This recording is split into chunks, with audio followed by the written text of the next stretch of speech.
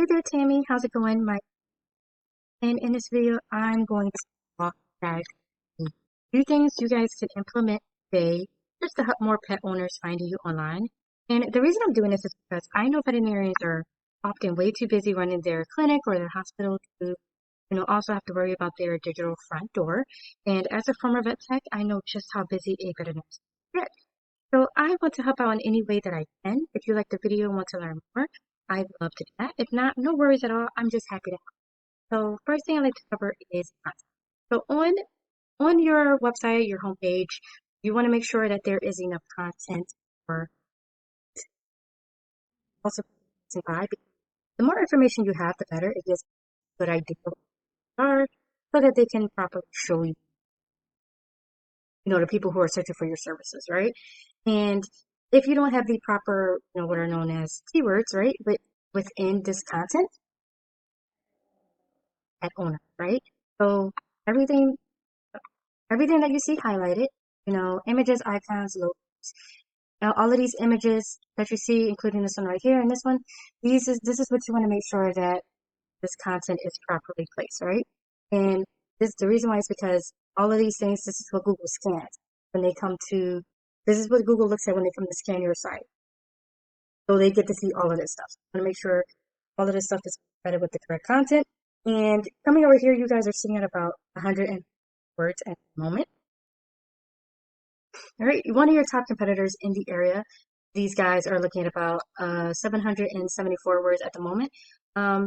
They do have a bit more words than you, but you guys can totally, dominate them in this area. And the sweet spot for how much content you have on, your website is you want to make sure that studies have shown that Google 1,500 words on the homepage.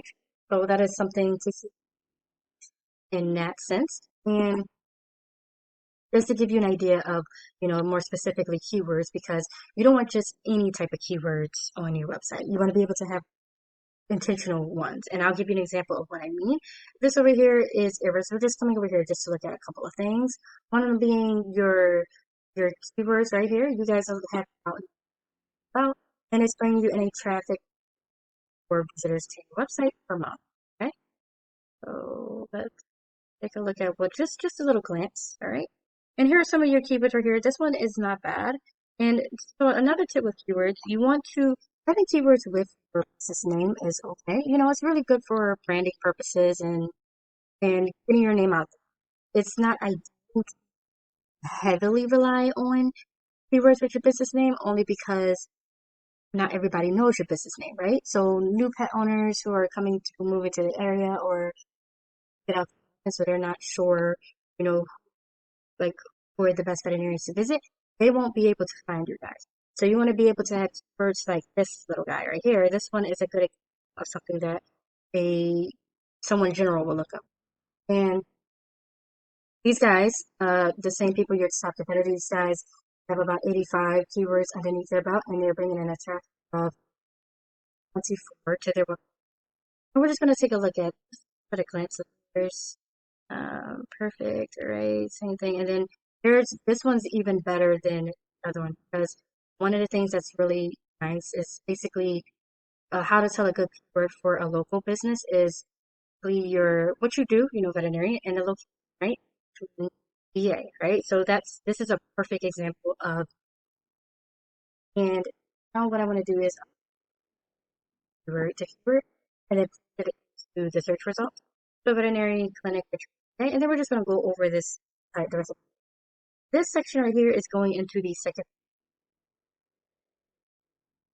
and this is where your business's name, address, and and the cool thing about the map listing is that this is actually where most people tend to, most people, actually not most, but people tend to see when searching up things, especially on their mobile phone. So it's ideal to be in the top 3 results because it's where people click, right? The higher you are, the more clicks you go, the more clicks you get. And, in order to get up here, you want to have what are known as citations, which are your business's name, phone number, just to give you an idea, right? You want to have this, in order to get up into the top, you want to have more citations, right? So you want to distribute your places like Yelp, or Facebook, and many, many more. And the goal is you want to have more than your competitor. And the more you have than them, the higher you will rank above them, the more tests you'll have, right? So you don't want to match them. You want to have like maybe 100 more than they have. And what tools, there are tools out there that allow us to see what citations your competitors have. And we'll grab those kind of that will work in that area. And then this bottom section over here is the last that I wanted to go over. And this is going into basically adding power to your website, right? So backlink. And in this section right here, this is basically where you want to be. Again, same logic. The higher you are, the more clicks you get.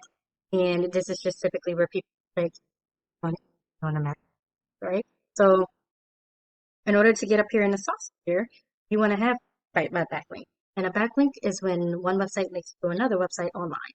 So basically, think of it as a vote of confidence, right? So if you have a blog or an article, you have them linking back to your website. That's basically telling Google, hey, I like these guys. They're pretty legit. I recommend. Google takes a look at that and then it gives you a boost up. And the thing with backlinks is that not all backlinks are created. So you want to be able to get back relevant to your business. So because you guys are a veterinary practice, you want to make sure you get backlinks that are in the animal care industry, right? So, blogs about best flea tick prevention, from veterinary practices, right? So you want stuff like that to be linking back to you guys because it'll be a lot more effective than, say a Pizza Hut. So going back over here to, let's see, going back here. All right, so you guys are sitting at 248 backlinks. Not terrible, right? And your competitor, they're sitting at 160. And now you're probably wondering, well, we're dominating them pretty much in this area. So what's this, right? And that's completely fair. And the thing with backlinks is quality over quantity. So just because you have more does not mean that, and it's actually, when it's something like this, it's good to take a look at what they're putting to you guys, because then it lets you know if any of them are spammy, if any of them are actually hurting you more than helping you, and just removing yourselves from those. And how to go about getting backlinks is with tools like Eros. I can see, all of the backlinks that are linking to those guys, and then I just grab quality for you. So that's typically how that works, right? So that's pretty much it for this video. Just sweet, straight to the point. I hope this was very helpful. So with this information I provided, you can go with this and do it yourself. I am totally fine with that. Or if you want to sit down and have a talk and see the things that I can do, guys, I'd be more than happy to do that as well. Regardless, I really hope this helps you guys out. Okay, bye.